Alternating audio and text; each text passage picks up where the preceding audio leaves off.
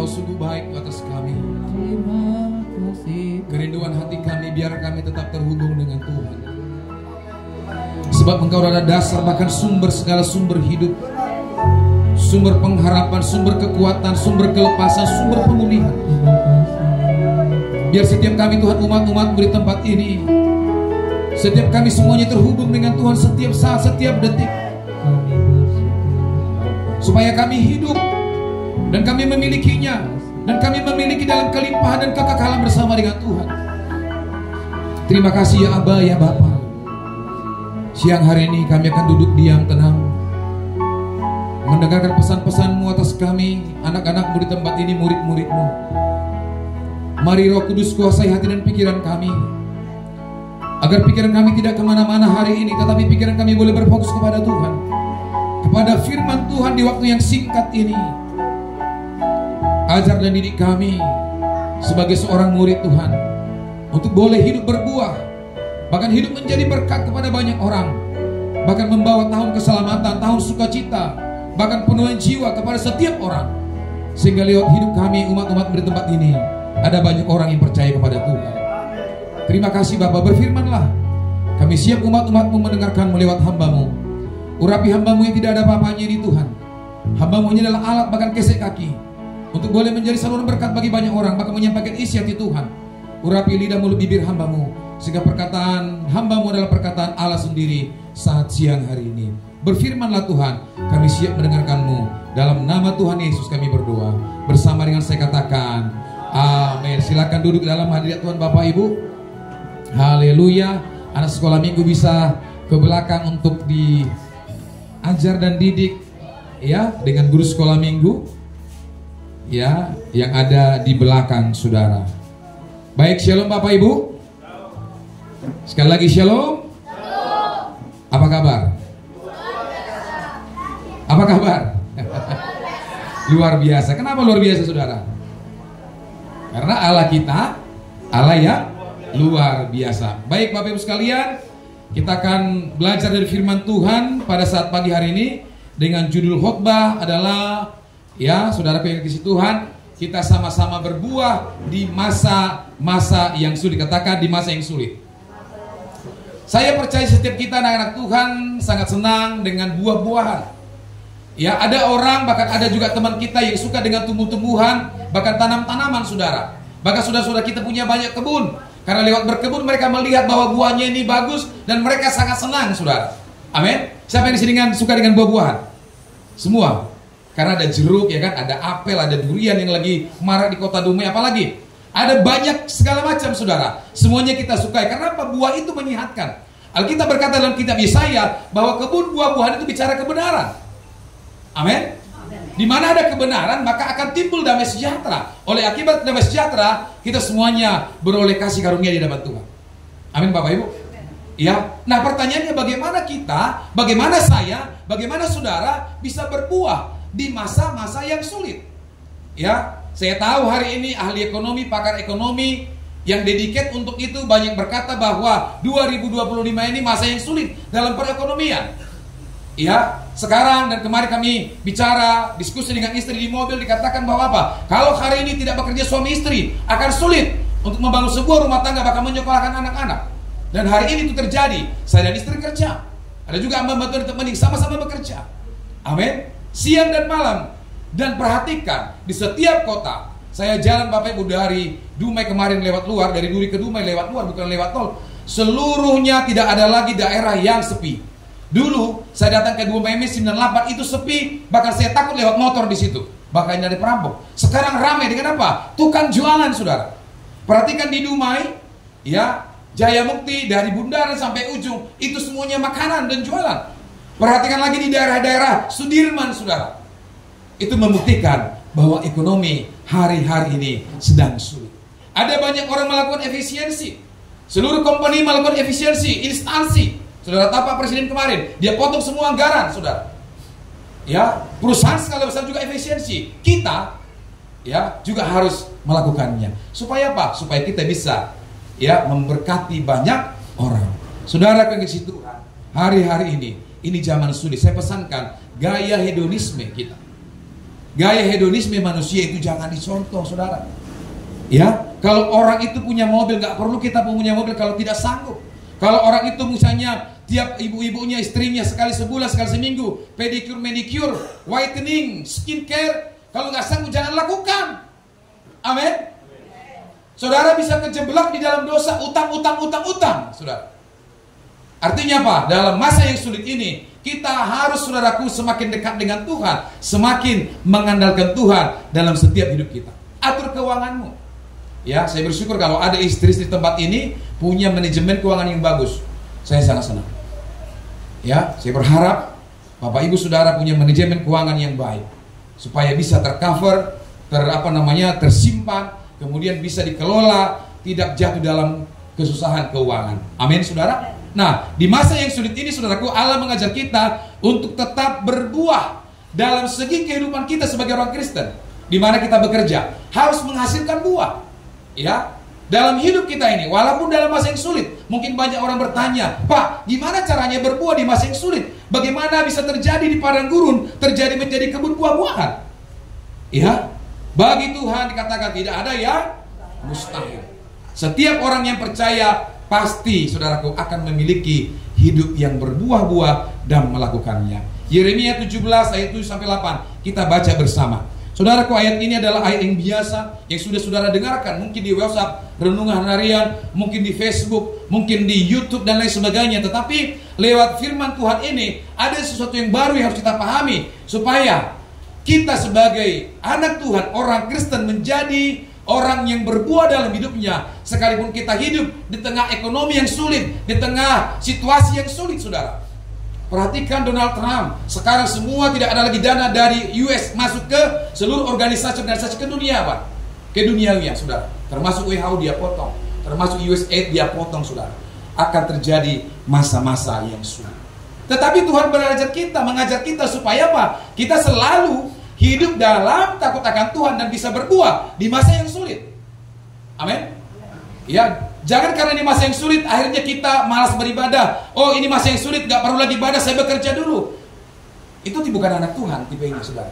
Tetapi anak Tuhan, sekalipun kita di masa yang sulit, maka kita harus bisa survive, bisa menjadi anak Tuhan yang hidupnya berbuah dan berbuah. Amin. Amin. Itulah yang Tuhan lihat, saudara. Ya, Yohanes 15 katakan, kalau pokok anggur itu, ranting itu tidak berbuah, Yesus berkata akan dipotong, dikeringkan, lalu dibakar. Kenapa? Tidak ada artinya, saudara. Tetapi kalau saudara dan saya menjadi ranting yang berbuah, perhatikan, Tuhan akan pelihara hidupku dan hidupmu. Amin. Jadi pastikan hari ini, apakah di masa yang sulit ini kita sudah berbuah.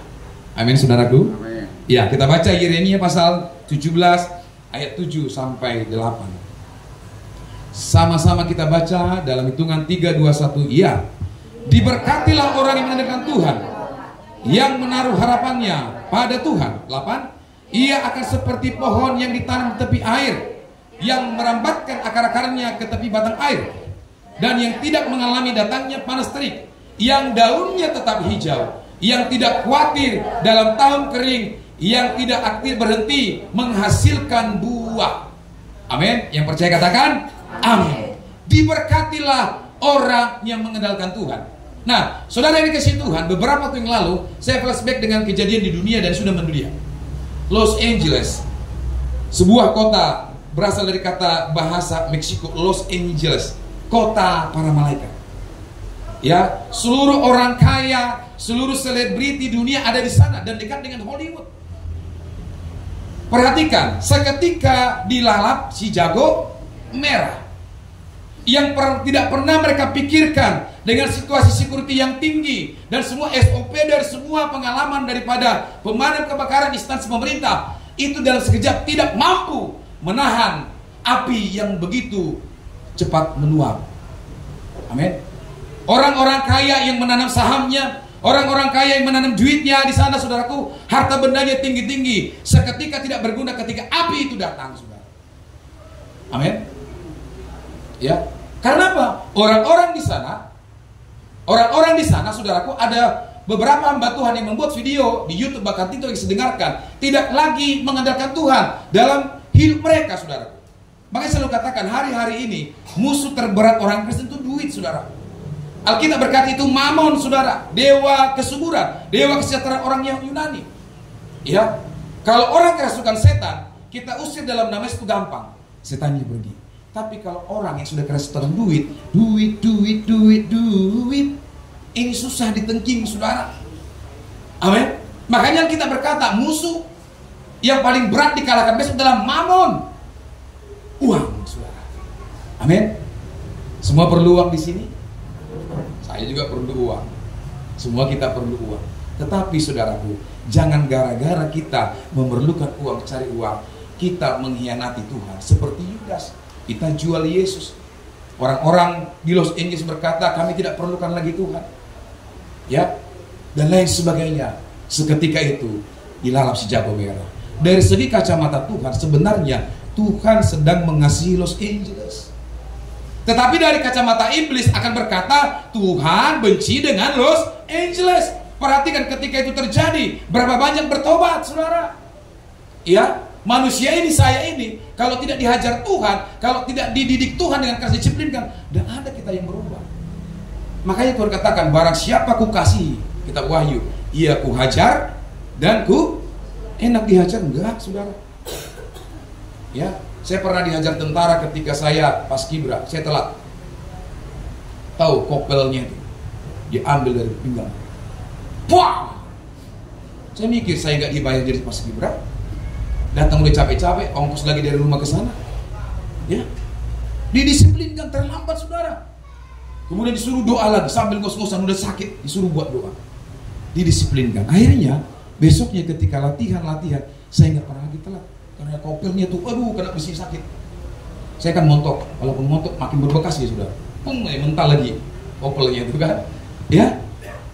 Jadi kita, saudaraku, harus benar-benar ya percaya kepada Tuhan dengan seutuhnya. Amin. Nah, bagaimana saudaraku caranya kita bisa berbuah di tengah-tengah situasi yang sulit, di tengah-tengah perekonomian yang sulit, di tengah-tengah saudaraku, orang yang semakin minim kasihnya.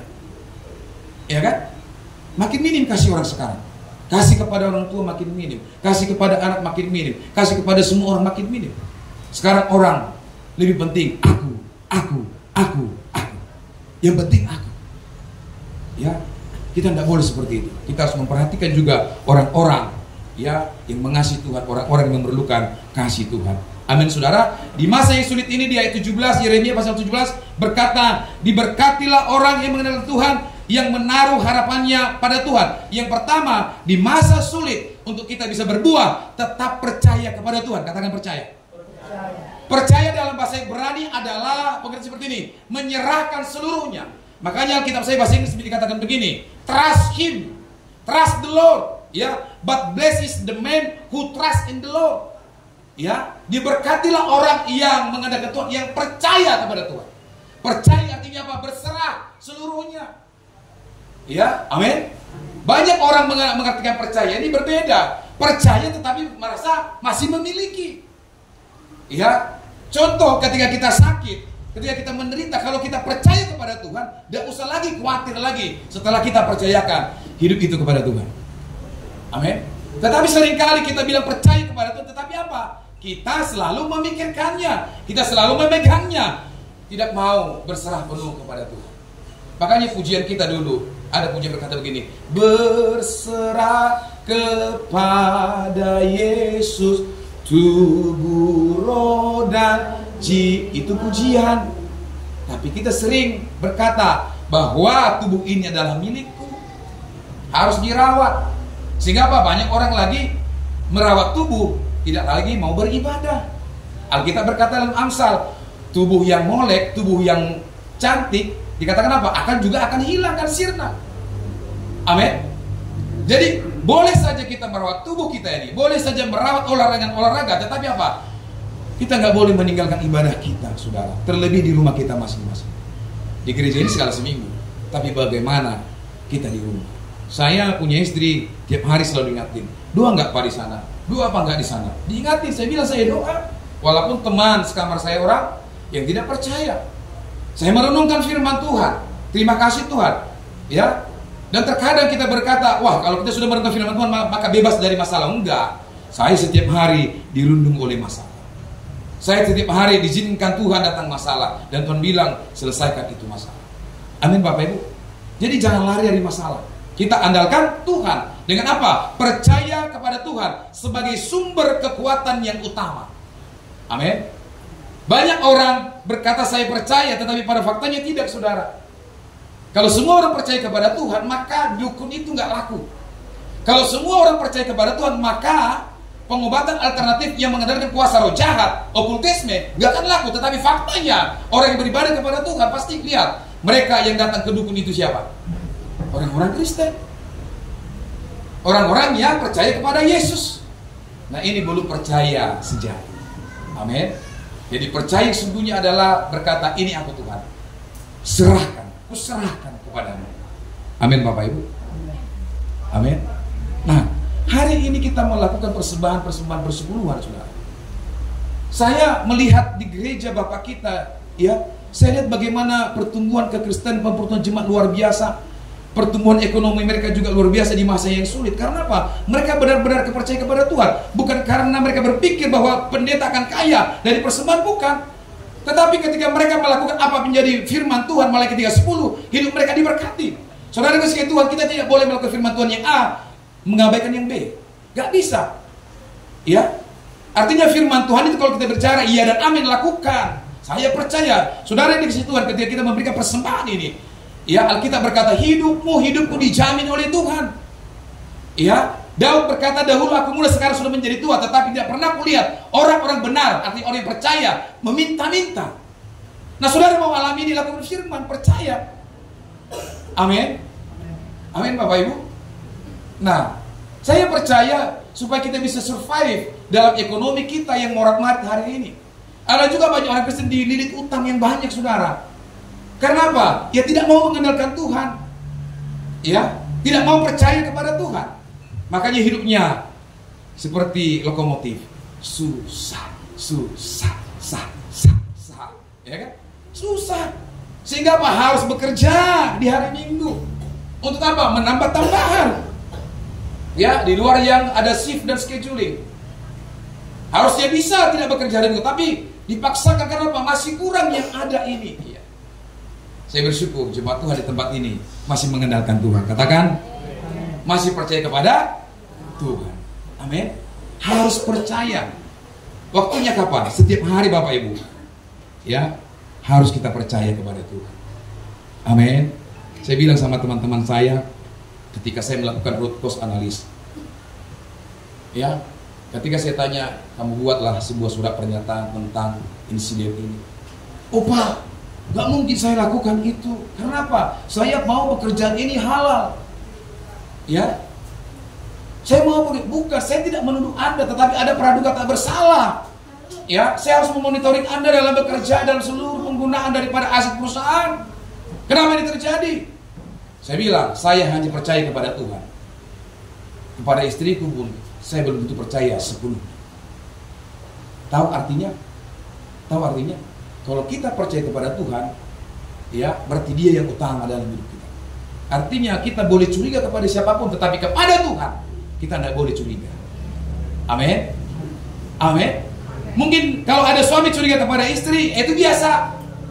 Istri curiga kepada suami dalam hal pergaulan apapun, mungkin itu biasa. Tetapi kita haram hukumnya untuk curiga kepada Tuhan. Karena apa? Tidak ada Tuhan yang lain seperti Dia.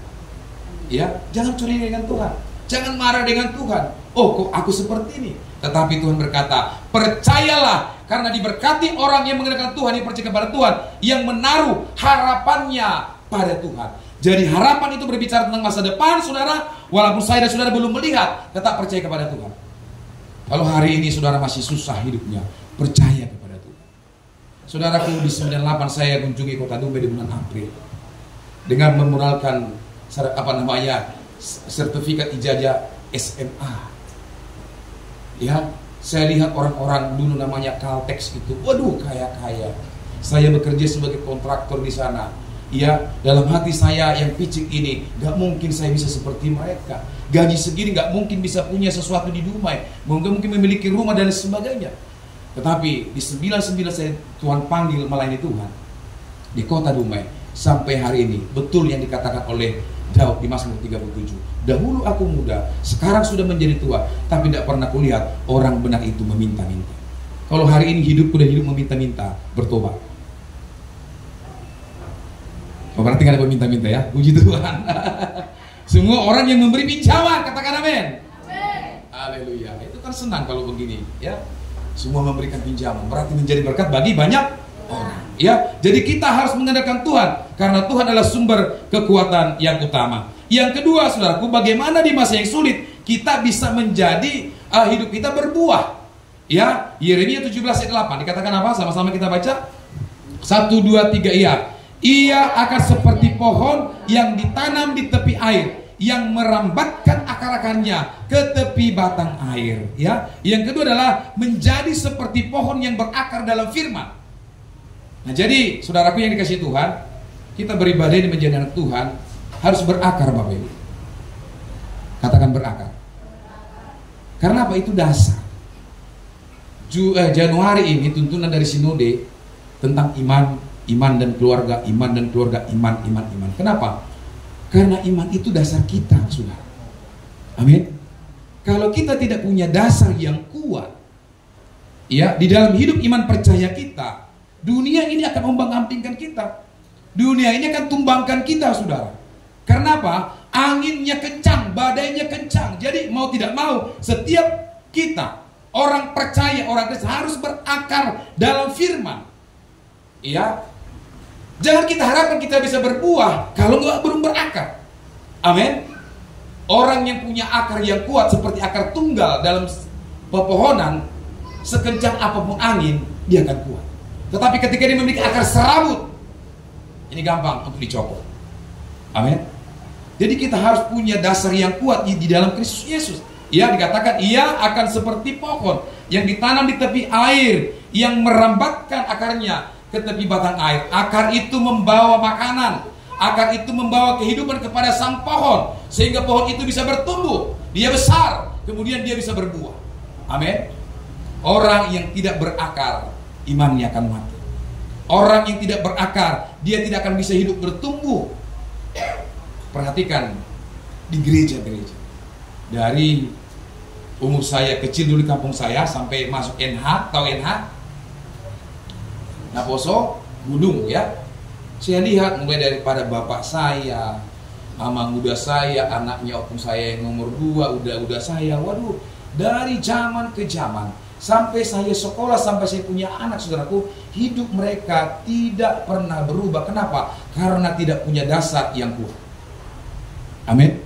Suatu saat saya lakukan seperti KKR, namanya Pertaniangan Marga 1 Opung. Kenapa? Saya melihat bahwa di kampung kami ini ada yang menikah tua, kemudian ada yang mati bunuh diri, ada yang gak punya anak, dan lain sebagainya. Kita danai, sudah. Ya, kita danai. Saya lihat mereka senang, tetapi ketika kami pulang, berminggu-minggu, berbulan-bulan, sudah tahunan sudah kami terjadi, mereka kembali lagi. Karena saya pesankan, harus cari gereja yang Roh Kudusnya hidup, harus cari gereja yang mengajar firman. Engkau bisa berakar, bertumbuh di sana. Tanpa itu kau akan kembali, sekalipun tadi kau disembuhkan, dipulihkan. Pertanyaan saya, 10 orang kusta yang disembuhkan oleh Tuhan Yesus, kemana yang 9 lagi? Jadi mujizat itu tidak menjamin kita hidup selamat, saudara. 5.000 orang yang terima makanan, 5.000 laki-laki, belum perempuan dan anak-anak, kemana itu semua orang? Ya, ratusan ribu yang dibawa oleh Musa, orang Israel menuju tanah Kanaan, melewati padang gurun, kemana semua? Sudah lihat mukjizat yang besar, laut terbelah, mana surgawi datang, tiang api, tiang awan datang menyertai mereka, kasus mereka tidak habis. Kemana? Mukjizat itu tidak salah, tetapi jangan kita cari mukjizat. Carilah sumber mukjizat. Amin. Caranya bagaimana? Harus berakar, Bapak Ibu.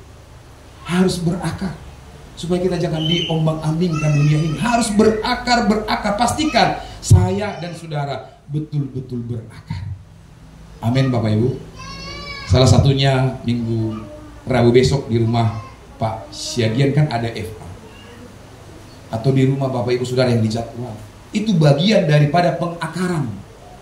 Bagian daripada saudara bisa diberikan firman Tuhan sebagai makanan rohani untuk kita bisa ya berakar di dalamnya. Setiap minggu ini nggak cukup Bapak Ibu, kita dibatasi. Di FA saudara bisa bertanya, ya, amin. Nanti di bulan 4 kita ada seminar dari BPP, Pendeta Jofrison Gultom, PhD, bagian teologi dari GBI. Saya berharap Bapak Ibu semuanya ikut, karena akan kita bahas hari-hari ini isu-isu terkini. Salah satu tentang kejadian Los Angeles, yang kedua adalah doktrin gereja GBI, yang ketiga adalah tentang etika pelayanan. Ya, kita lihat nanti kawan kita kalau bisa dibayar gereja semuanya. Hanya 20.000 per orang sudah dapat coffee break dan kue. Tapi bukan itu yang penting, pengajarannya supaya apa, sama-sama kita bertumbuh. Saya dulu awam, berangkat dari kampung yang miskin, dari keluarga yang miskin, yang tidak diperhitungkan dunia ini. Tapi ketika saya mau diajak oleh firman, orang ngajak yang tua-tua, ayo Pak Utagalung, ayo Pak LG, ayo. Saya yang paling muda. Ini orang tua Ibu Erna ini. Di FA 4, pemimpin FA 4. Saya yang paling muda. Mereka sudah 70 tahun 60, saya waktu itu 30-an. Tetapi saya harus hormat kepada mana? Diajak. Kita bicara firman hanya martabak. Tapi luar biasa pembahasannya. Hanya martabak. Kita FA makan soto. Tapi di ada pertanyaan. Kan begitu. Udah makan soto. Besok itu buat apa? Ya. Kalau mantap makanannya harus mantap pembahasan rohaninya. Ada Pak Nathaniel nanti di sana yang membahas sama Ibu Risma. Tanyain saja tentang isu terkini supaya kita diakarkan, bertumbuh di sana, saudara. Kita bisa mengerti. Amin, saudara. Nah, perlu pengakaran ini. Perlu sekali. Saya lihat, perhatikan media sosial, karena saya juga kalau di waktu luang saya buka media, perhatikan. Ada salah satu saudara kami di Dumai ini yang main itu pasti kenal Nora Aritonang. Itu orang Dumai. Sekarang habis-habisan menghujat Yesus. Itu orang Dumai. Ya, saya pernah mau masuk di roomnya, nggak dikasih. Habis-habis dia menghujat. Ya, saya tahu ini keluarga. Tetapi perhatikan, kenapa dia menghujat? Karena tidak punya akar kepahitan dengan Kristen, kepahitan dengan pendeta. Ya, akhirnya apa? Sekolah di PCCC, ya, keluar setahun 2 tahun, hadir di TikTok, hujat. Sehujat-hujat, semua penipuan. Makanya sudah ingatkan, hati-hati bahwa iblis adalah bapa dari segala pendusta. Tidak benar yang disampaikan, pengertiannya salah. Amin. Kalau kita tidak punya akar yang kuat di dalam Kristus, kita gampang dikondang-kambingkan. Yang kedua, Faruk Syanipa. Ini asli Toba Porsia, lahir dari rahim seorang kafir, saudara. Sekarang menghujat habis-habisan. Karena apa? Sakit hati dengan bapaknya, dengan mamanya, menghujat, saudara. Karena tidak punya akar yang kuat. Saya bersyukur anak-anak ini sudah kita doakan. Bapak Ibu, tugasku adalah mendidik anak-anak kita ini untuk berakar dalam Tuhan. Tantangan besar.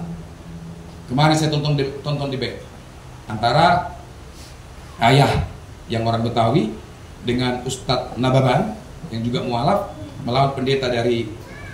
Saya lihat Bapak Ibu, mereka Pak pendeta ini menyatakan yang benar, fakta historikal. Mereka mau dibunuh. Apa kok? Halal dalam hukum, hai kafir katanya. Padahal itu debat akademis. Apakah orang yang akademis seperti itu? Ya, tidak apa-apa saya bahas supaya kita tahu. Ya, kita ini adalah domba di tengah-tengah serigala. Amin. Tidak boleh terpancing. Jelaskan sejelas-jelasnya. Mereka memutarbalikkan kebenaran itu. Nah, tugas kita adalah kita harus berakar di dalam firman supaya kita bisa berakar, bertumbuh dan berbuah. Mazmur 1 ayat Mazmur pasal 1 ayat 2 sampai 3. Seperti apa orang yang berakar ini? Mazmur pasal 1 ayat 2 dan 3. Kita sama-sama baca Bapak Ibu. Ya, dikatakan di sini, tetapi yang kesukaannya ialah apa? Taurat Tuhan, dan yang merenungkan Taurat itu siang dan malam. Stop di sini dulu. Yang kesukaannya adalah, jadi orang yang berakar itu, orang yang bertumbuh itu di tepi air sungai adalah orang yang punya kesukaan membaca Taurat Tuhan, ya, dan merenungkan Taurat itu siang dan malam. Makanya perlu kali kita belajar Alkitab, saudara. Saya buat hashtag sekarang di TikTok itu, suka Alkitab, suka firman. Mudah-mudahan viral. Tapi belum, saya lihat baru beberapa postingan. Ya. Karena tanpa firman Tuhan ini, saudaraku, kita nggak bisa hidup. Kita nggak dituntun kepada kehidupan itu, bahkan kehidupan kekal. Firman-Mu pelita bagi kakiku, terang bagi jalanku, walaupun tiap pagi ku malas baca. Ya kan? Kita rindu berjalan dalam terang firman Tuhan, tetapi balas bacanya nggak mungkin, saudara. Mustahil, sulit, saudara. Sulit. Makanya kita harus baca, saudaraku. Udah baca, kalau ketemu renungkan. Kalau tentang iman, saya bilang dulu dengan hamba Tuhan, bacalah kitab Mazmur. Supaya kau bijak, bacalah Amsal. Tentang iman, baca dari Ibrani. Amin. Nah, kalau misalnya nanti ketemu sekarang, kan banyak juga di sini di kalimat-kalimat, nggak usah baca tentang yang tidak tepat menurutmu. Dan itu bisa dicatat, tanyakanlah kepada hamba-hamba Tuhan. Amin. Kita sama-sama bahas. Ya, sekarang banyak itu, saudara. Aneh-aneh pengajaran. Kemarin dari Korea Selatan, aneh-aneh saja. Udah bertobat. Kemarin masalah iman apa, saudara? Iman, ya itulah itu. Udah bertobat dia, udah keluar dari pendeta.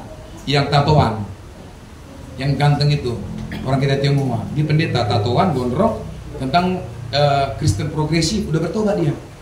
Puji Tuhan, udah bertobat. Udah hilang dia dari kependetaannya. Ya kayak gini-gini. Ada lagi dulu pengacara duit tunggal. Aduh, duit tunggal. Ada lagi berita di TikTok. Wah, Yesus itu bukan juru selamat. Pendeta yang ngomong ini. Ini gimana? Pendeta sudah kelas doktor, saudara. Doktornya bukan doktor honoris, tapi apa? Doktor Alkitab, doktor teologi. Masih bisa bilang bahwa Yesus itu bukan juru selamat. La ilah. Sedihnya kita ini, saudara. Amin. Jadi kita harus punya akar yang kuat, yang kesukaannya ialah Taurat Tuhan. Bapak Ibu, dulu waktu di gereja Bapak yang di sana, saudaraku, kami dianjurkan membaca itu 4 pasal 1 hari. Kira-kira berat nggak? Berat nggak? Saya lakukan itu 4 pasal itu untuk obat tidur. Enak tidur baca gitu. Jadi kalau yang insomnia, yang susah tidur, bacalah kita. Ya, cepat gitu ngantuk. Kadang-kadang handphone itu langsung kena tok, ya kan, gitu.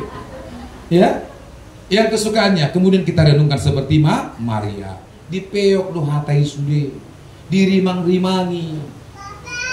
Rimang-rimang itu bukan bahasa India, bukan bahasa Indonesia. Rimang-rimang itu bahasa apa tuh?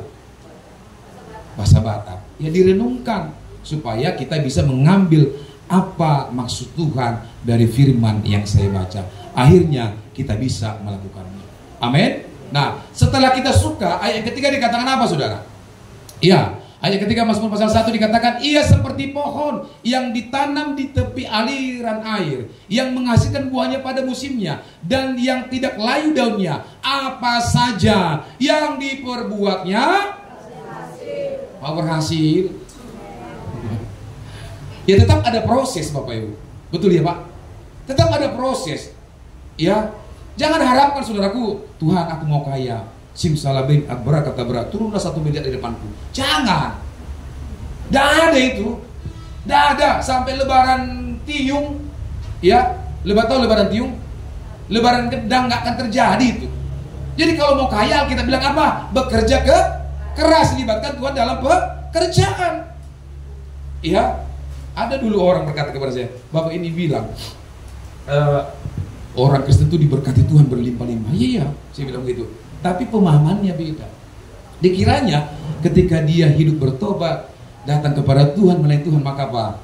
Di situ dia minta uang, datanglah uang. Di situ dia minta mobil, datanglah mobil. Gak begitu.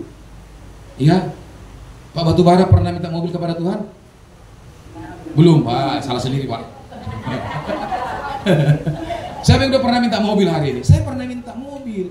Yang dikasih bukan milik saya, milik orang dipakai. Apakah kita marah? Enggak. Itulah berkat kita hari ini. Artinya apa? Prosesnya harus benar. Di saat yang tepat, di waktunya Tuhan. Terkadang kita suka memaksakan waktunya Tuhan. Enggak, Tuhan sekarang. Enggak, Tuhan sekarang. Saya bilang, ini siapa ini? Maksa Tuhan. Amin. Istriku aja nggak bisa kupaksa. Kalau kupaksa masuk penjara aku. Betul, Pak ya? Masuk. Gak bisa. Ini Tuhan Allah Subhanahu wa Ta'ala dipaksa. Macam mana tuh? Jangan, Bapak Ibu. Biarlah waktunya Tuhan. Amin. Tadi saya dapat kabar gak enak dari Tarutung. Saya khotbah bulan 11 April, bulan 11 November 2024 kemarin di minggu pertama. Kebetulan itu ini WL saya, pas di belakang saya. Kabar duka, meninggal dia. Ya, mungkin suaminya berkata, istriku ini sudah WL, suaminya tentara Bapak Ibu ya, di Kodim. Ya, dia worship leader sudah 15 tahun di gereja itu. Mungkin dia berkata, istriku ini tiap hari berpuasa, WL, tiap hari kegiatan gereja nggak pernah tinggal, kok Tuhan kasih cancer? Cancernya ketahui setelah saya pulang dari sana, dia cancer 3B, payudara. Meninggal di Medan pagi hari. Itulah yang Tuhan terbaik untuk kita nggak tahu. Amin Pak Tompul. Nggak tahu seperti apa kita Tuhan panggil. Untuk itu Bapak Ibu berakarlah dalam Dia supaya bisa setia sampai Dia panggil saudara dan saya. Ada yang mau hidup 1000 tahun di sini? Aku nggak mau. Tapi aku nggak mau. Cukuplah 75 sampai 80 kalau Tuhan izinkan. Kalaupun Tuhan tidak izinkan, bagi Dia tetap kemuliaan. Amin Bapak Ibu. Jadi harus punya akal supaya bisa senantiasa hidup dan bertumbuh dengan Tuhan, dan apa saja yang kita perbuat dibuatnya berhasil. Yang terakhir, bagaimana supaya kita bisa Bapak Ibu Saudaraku berbuah di masa-masa yang sulit. Yang ketiga yang terakhir, tetaplah berbuah meski dalam situasi yang sulit. Yeremia 17:8 berkata, dan tidak khawatir dalam tahun kering, dan yang tidak berhenti menghasilkan buah. Jadi kalaupun hari ini ekonomi susah, cari kerja susah, anak saya sudah 2 bulan sudah belum juga dapat kerja, tetaplah percaya kepada Tuhan. Ya, walaupun di zaman kekeringan, di padang gurun, walaupun di tengah-tengah situasi tidak mengenakan saudaraku, tetaplah percaya kepada Tuhan, tetaplah berbuah hidupmu dan hidupmu. Amin. Sebab hidup percaya kita ini tidak ditentukan oleh situasi apapun. Ya, hidup percaya ini ditentukan hanya karena kasih karunia. Amin saudara. Ya, untuk itu Bapak Ibu, apapun keadaan kita hari ini di masa yang sulit ini, tetaplah berbuah. Jangan karena sulit, aduh aku enggak lah, di zaman yang sulit akhirnya dia marah-marah lah. Di zaman yang sulit akhirnya Pak dia suka melakukan dosa lah, jangan. Stres akhirnya, jangan. Tetapi kita harus tetap berbuah di masa-masa yang sulit, meskipun itu mengkhawatirkan, meskipun itu tahun kering. Tadi Mazmur 91. Ya. Walau 1000 rebah di sisimu, 10.000 di sebelah kananmu, Tuhan bilang apa? Kita akan menuntun. Jadi percaya kepada Tuhan. Gak usah terlalu khawatir. Khawatir boleh, tetapi jangan khawatir setiap saat, saudara. Ya, saya juga khawatir. Tadi pagi saya juga khawatir bangun jam 1 pagi, gak enak badan saya. Ya, saya bilang, saya bangunkan istri, kami doa. Saya tahu Tuhan lagi bangunkan saya dengan gak enak badan. Kita doa dipimpin oleh istri. Ya puji Tuhan, pagi hari ini sehat. Jadi Bapak Ibu tantangan setiap hari. Amin. Ya, terkadang kita tidak tahu, tiba-tiba kok sakit ya, kok begini ya, ada apa ini Tuhan, ya kan? Tetapi bersama dengan Tuhan, kita berbuah, Dia akan berikan kemenangan. Amin Bapak Ibu. Nah, buah apa yang dimaksud oleh Tuhan di masa yang sulit ini? Ya, Galatia pasal 5 ayat 22 dan 23. Nah ini saudaraku, yang diperlukan oleh Tuhan, yang diinginkan Tuhan, meskipun dalam situasi yang sulit, kita harus lakukan. Dikatakan apa? Dalam hal yang sulit, dalam tahun yang sulit, dalam ekonomi yang sulit, apapun yang lit-lit saudaraku, ingat firman Tuhan ini. Tetapi buah roh, inilah buah-buah saudara dan saya, kita tetap harus punya kasih. Amin. Ya, di masa yang sulit banyak orang gak mau mengasihi. Ya, datang meminjam ke rumah, minjam lagi, sedangkan dia cukup, tahu, dimarah-marahi. Kemudian apa? Gak ada lagi kasih. Di masa yang sulit, ya, gak ada uang, hilang sukacita. Masih ada di sini karena ada uang hilang sukacita? Ada. Hari ini saya di dompet saya ini hampir nggak ada uang Bapak Ibu. Yang ada tisu. Nggak ada. Tapi tidak mengurangi aku untuk menyampaikan kabar baik, tidak mengurangi sukacitaku, saudaraku di dalam Tuhan. Amin. Amin. Sekalipun sulit. Baru bayar kemarin UKT anak, baru bayar ini, terima gaji hanya lewat saja, nggak ada yang tinggal. Amin. Tetapi itu tidak mengurangi sukacita kita. Kita percaya bahwa Tuhan akan cukupkan segala keperluan kita di dalam Tuhan. Tuhan punya banyak cara untuk menolong saudara saya. Yang kedua apa? Punya damai sejahtera. Ya. Jadi orang sekalipun ada di tengah-tengah dunia yang fana ini, di tengah-tengah dunia yang sekarang sulit ini, jangan sampai hilang damai sejahtera. Ya, apalagi teman-teman kita di Medan. Kemarin saya lihat Pak Siagen baru dari Medan. Saya juga belum 10 dari situ. Ngiri Medan ini. Ya kan? Sudah salah dari gang, manuver langsung di depan apa namanya? Depan traffic light, lampu merah. Udah salah. Kita yang dimaki-maki, Saudara. Buatlah di Dumai kamu bisa selesaikan. Ya kan begitu kan? Bayangkan keluar dari gang, saya ke kiri langsung gini, Saudara. Kita di tengah-tengah mau nabrak. Karena dia bilang, Pak salah, ngamuk di Saudara. Betul Pak di Medan gitu Pak? Ngamuk. Jadi orang-orang Medan sebanyak berdua untuk Medan itu. Ya? Iya Pak, Mas Marbata. Iya. Karena saya juga lama tinggal di Belawan, di Medan Deli saya lama di Mabar itu. SD saya di sana waktu. Tahu, ngeri-ngeri keras-keras. Udah salah, bentak-bentak lagi. Jangan sampai kita hilang damai sejahtera dan kesabaran. Tetap ya hapus ma adora. Ya hapus ma dadaun. Jangan sampai terlibat. Dan 2018 saya terlibat cekcok. Cekcoknya gini dengan satu instansi dengan Pak Siagia. Saya lihat masih merah, masih hijau. Lampu merah, ya kan di depan saya ada dua mobil, saya nomor 3, hijau.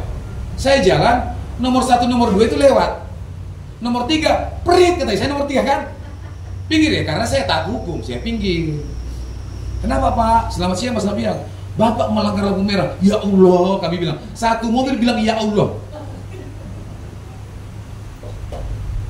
Padahal mobil itu saya pakai plat BK. Bukan BM. Kalau BM iyalah banyak minyak. Kalau BK sama-sama banyak kucingnya. Ya kan? Ditangkap Bapak Ibu. Saya bilang, aduh, saya langsung gini. Gimana caranya nih? Kunci mobil sudah diambil. Biasanya saya lihat kantongin kan langsung cepat diambil.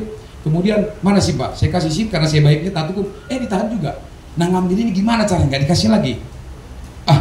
Ini mohon maaf ini. Timbullah politik saya kan. Polisi harus diadu dengan polisi. Maaf ya Pak ya. Saya teleponlah Kompol Jega. Amang, iya siap Amang katanya. Saya ditahan di Medan ini. Berapa diminta Amang? Sekian. Waduh, besar kali Amang. Itulah Amang. Aku pun kemarin dipindahkan dari Polda ke situ, dari Dewa ke Medan. Saya enggak mau katanya. Jadi tolonglah saya bantu Amang. Kami mau ke Siantar lagi. Gimana caranya ini? Nah gini lah Pak. Mana teleponnya? Tetap bayar, tapi diskon lah 70%. Ya karena dia teman karib, dia juga sangat hormat dengan pendeta itu Pak. Di mana sekarang dia pasti kurang tahu Pak Jika apakah di Pekanbaru? Udah pensiun ya, diberkati oleh dia. Dia tolong saya waktu itu. Walaupun tetap bayar tapi dapat kompensasi. Amin. Jangan sampai hilang kesabaran, terpancing, tetaplah murah hati. Dan kemudian kita tetap baik ya.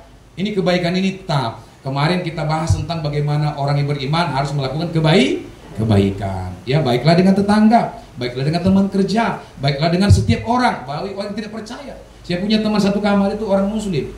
Ya, tetapi saya sangat dihormati karena apa? Saya baik sama dia. Ya, Pak, titip ya nasi saya bawakan. Pak saya paling tua dari dia kan. Ya. Kadang-kadang tempat tidur kami bersihin bersama dan sebagainya. Kalau kita baik pasti orang kan baik kepada kita. Karena kebaikan tidak akan pernah hilang, Saudara. Katakan amin. Ya, nggak pernah akan hilang. Molobinae donadingen tu donga jolma dan nama gue. Ya, semua punya upah. Yang selanjutnya setialah. Sekarang banyak yang nggak setia, banyak pelakor Bapak Ibu. Jadi ibu-ibu jaga suaminya, ibu-ibu jaga suami, ya bapak-bapak juga jaga istri. Jadi harus tetap setia. Jangan sampai ada yang lain di antara kita. Dia mau dengar firman kayaknya nih. Ya, terus ayat yang ke-23, ayat terakhir dikatakan apa? Buah roh yang ayat 23. Ya, kelemah lembutan. Ya, ada yang sudah lemah lembut di sini? Ada yang sudah lemah lembut? Kalau tentara nggak mungkin ini. Kalau polisi nggak mungkin, susah nanti. Ya, artinya dalam situasi yang normal, ya, yang tidak dikamiri oleh pekerjaan dan apapun, kita harus melakukan ini, kelemah lembutan ini. Kemudian yang paling susah dari antara semua buah roh yang ke-9 adalah penguasaan diri. Ada yang sudah lulus di sini penguasaan diri? Opung yang sudah tua, udah 70 tahun, masih bisa menguasai diri Pak? Udah bisa Pak? Kadang masih los juga. Ini yang sulit Bapak Ibu. Ya, penguasaan diri. Contoh, saya ini selalu gagal menguasai diri dalam hal makanan. Medical check up dilakukan kemarin di November. Saya kena BNI item 3. Ya kan? Massa tubuh saya dari berat badan dengan tinggi nggak sesuai. Lingkar perut nggak sesuai. Dokter bilang, Pak, puasa kalori. Pak, puasa lemak. Macam mana puasa lemak ya Pak ya? Pak, yuk makan yuk, babu salam. Kalau Pak Syekin tahu babu salam itu. BPK ya kan, kamu mantap kan? Gimana mau menguasai diri? Dilanggarlah perintah dokter. Ya kan, susah menguasai diri ini. Jadi kalau tanpa bantuan Roh Kudus nggak akan bisa kita melakukan penguasaan diri ini. Ya, amin Bapak Ibu. Apalagi kemarin teman, saya udah bantu dia, bawalah ke bengkel, perbaikilah. Nanya lagi, 2-3 kali nanya, kan harus bisa menguasai diri. Temen, ya kan, masih muda, tapi daya ingat nggak ada, 3 kali nanya, itu terus, tahan lagi kan gitu kan, ingat bisa kan begitu. Kan bosan kita udah dikasih tahu jalan keluarnya. Ini ya, oke Pak, pergi dia. Balik lagi. Gimana Pak? Ini ya, masih senyum itu kan? 3 kali udah pergi gigi. Haleluya sih udah. Ya, sudah selesai ditelepon. Makasih ya Pak katanya. Ya kau jangan tanya, kau masih muda, harus cekat ya ligat. Nah, kemudian apalagi tidak ada hukum yang menentang hal-hal itu. Ya nggak ada. Jadi kalau kita melakukan itu, nah pesan saya adalah pesan firman Tuhan adalah Bapak Ibu, di masa yang sulit ini tetaplah berbuah-buah, tetaplah memiliki kasih, amin, supaya kasih itu yang terus memerdekakan kita. Kita bisa praktekkan ya mulai hari ini dan seterusnya. Walaupun ini masa sulit, tetapi saya percaya Tuhan akan berikan akar yang kuat, batang yang kuat, dan kita semua bisa berbuah. Bangkit berdiri, mari Bapak WL dan Singer, kita kasih satu pujian kepada Tuhan.